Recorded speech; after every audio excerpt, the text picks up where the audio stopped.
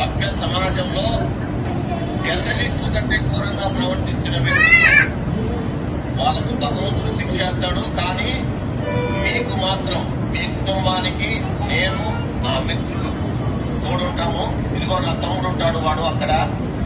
వాడికి నువ్వు ఏ ఆపదన్నా చెప్పు, నీకు ఏమి కావాలన్నా చేస్తాను. నాతో పాటు ఇక్కడ నీకు చేసే సాయం చేసేవారు నా ఫ్రెండ్స్ చాలా మంది ఉన్నారు. ఏమే ఇంత ఎప్పుడు నీ కుటుంబాన్ని, నీ బిడ్డలు, నీ కూతుర్లు మేము విడవము. వాళ్ళు పెరిగి పెద్దయి జాబ్ చేసేంత వరకు బాధ్యత తీసుకుంటాము. ఈ రోజు చెప్తున్నాము, అదే నేను పాటిస్తాను. పిల్లలన్నా చెప్పండి.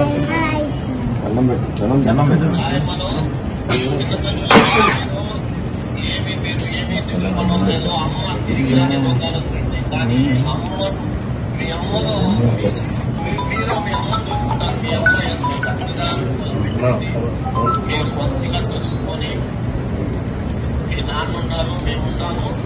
మీరు ఏదేనికి ఎవరిని అడగలేదు. ఎవరు మీరు చదువుకోవడం డాడీ మీరు అందరికీ నాన్నకు మీరు చూసుకొని నాన్న మిమ్మల్ని చూసుకుంటాడు. నాన్న చెప్పాడు మీరు మీ అమ్మలాగా ఉండాలి. అది నేను అనుకుంటున్నాను. మీకు ఏ కష్టం వచ్చినా నేను ఉన్నాను, నేను చూసుకుంటాను.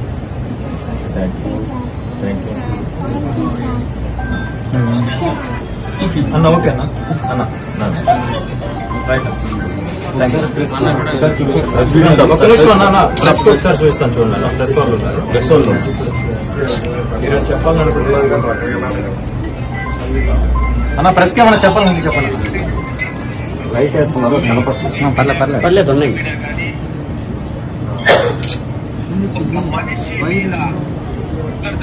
ఒక మనిషి ప్రాణాలని హరించి వేసిన సంఘటన మనము కులాలకు, మతాలకు, ప్రాంతాలకు, పార్టీలకు అత్యంతంగా ఖండించాలనే ఉద్దేశంతోనే నేను ఈ రోజు గీతాంజలి కుటుంబాన్ని ఆ పిల్లల్ని అడాప్ట్ చేసుకున్నాను. 2 లక్షలు సహాయం ప్రకటించాను.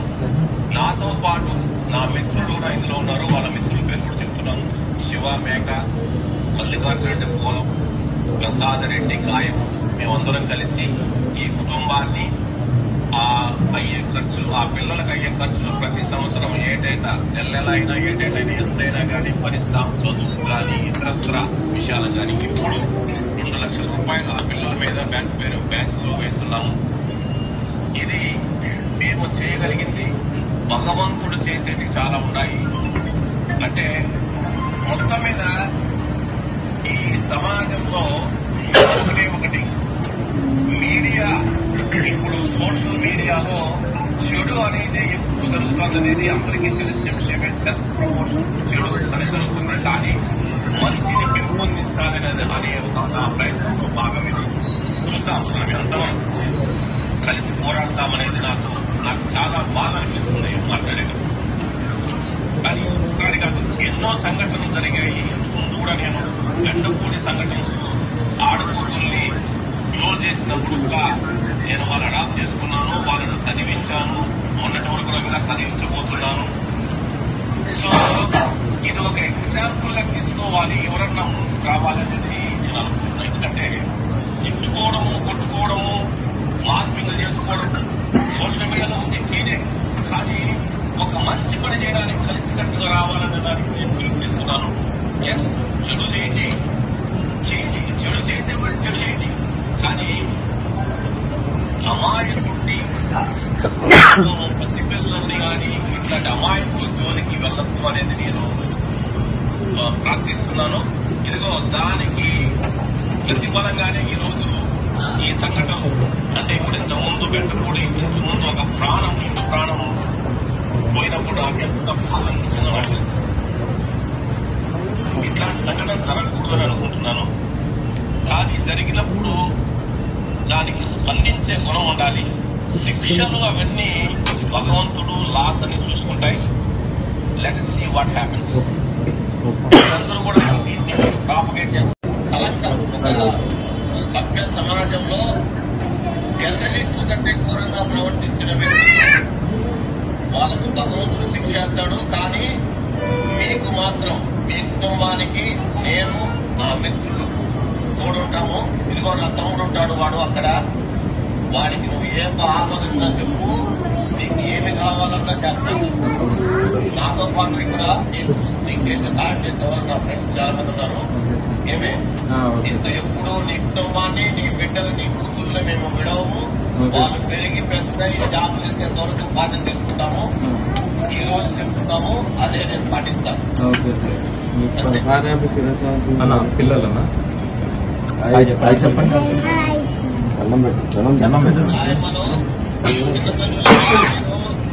ఏమి మీరు ఏమీ తెలుగులో లేదో అమ్మ తిరిగిరాని పొందాలనుకుంది. కానీ అమ్మ, మీ అమ్మలో మీరు మీ అమ్మను చూసుకుంటారు. మీ అమ్మ ఎంత చక్కగా మీరు మంచిగా చదువుకొని, మీ నాన్న ఉన్నారు, మేమున్నాము. మీరు ఏదేనికి ఎవరిని అడగడం లేదు, ఎవరు మీరు చదువుకోవడం, డాడీ మీరు అందరూ మీ నాన్న మీరు చూసుకొని, నాన్న మిమ్మల్ని చూసుకుంటాడు, నాన్న చెప్తున్నాడు. మీరు మీ అమ్మలాగా ఉండాలి. అది నేను అనుకుంటున్నాను.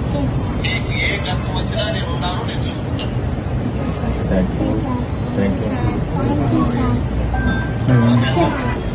అన్న ఓకేనా అన్న రైట్. ఒకసారి చూస్తాను చూడండి. ప్రెస్ వాళ్ళు ఉన్నారు, ప్రెస్ వాళ్ళు మీరు చెప్పాలనుకుంటున్నారు అన్న. ప్రెస్కి ఏమన్నా చెప్పాలని చెప్పండి. రైట్ వేస్తున్నారు, పర్లేదు ఉన్నాయి.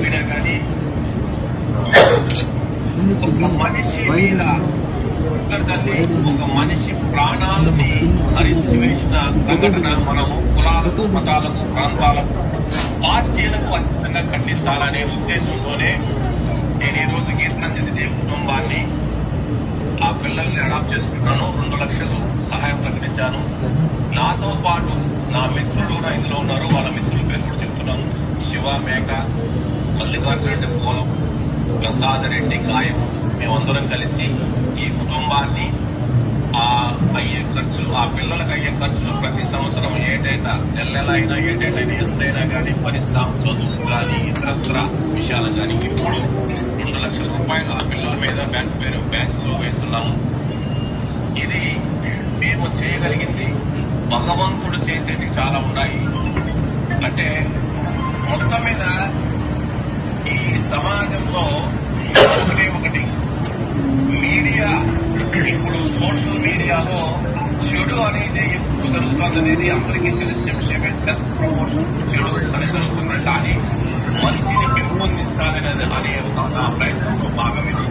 చూద్దాం, మనం ఎంతవరకు కలిసి పోరాడతామనేది నాకు చాలా బాధ అనిపిస్తుంది మాట్లాడేది. కానీ ఒకసారి కాదు, ఎన్నో సంఘటనలు జరిగాయి. ముందు కూడా నేను గండపూడి సంఘటనలు, ఆడకూతుల్ని క్లోజ్ చేసినప్పుడు కూడా నేను వాళ్ళని అడాప్ట్ చేసుకున్నాను, వాళ్ళని చదివించాను. మొన్నటి వరకు కూడా చదివించబోతున్నాను. సో ఇది ఒక ఎగ్జాంపుల్ గా తీసుకోవాలి. ఎవరన్నా ముందుకు రావాలనేది నేను అనుకుంటున్నాను. ఎందుకంటే తిట్టుకోవడము, కొట్టుకోవడము, మార్పింగ్ చేసుకోవడం సోషల్ మీడియాలో ఉంది నేనే. కానీ ఒక మంచి పని చేయడానికి కలిసికట్టుగా రావాలనే దానికి నేను పిలుపునిస్తున్నాను. ఎస్, చెడు చేయండి, చెడు చేసే వాళ్ళు చెడు చేయండి.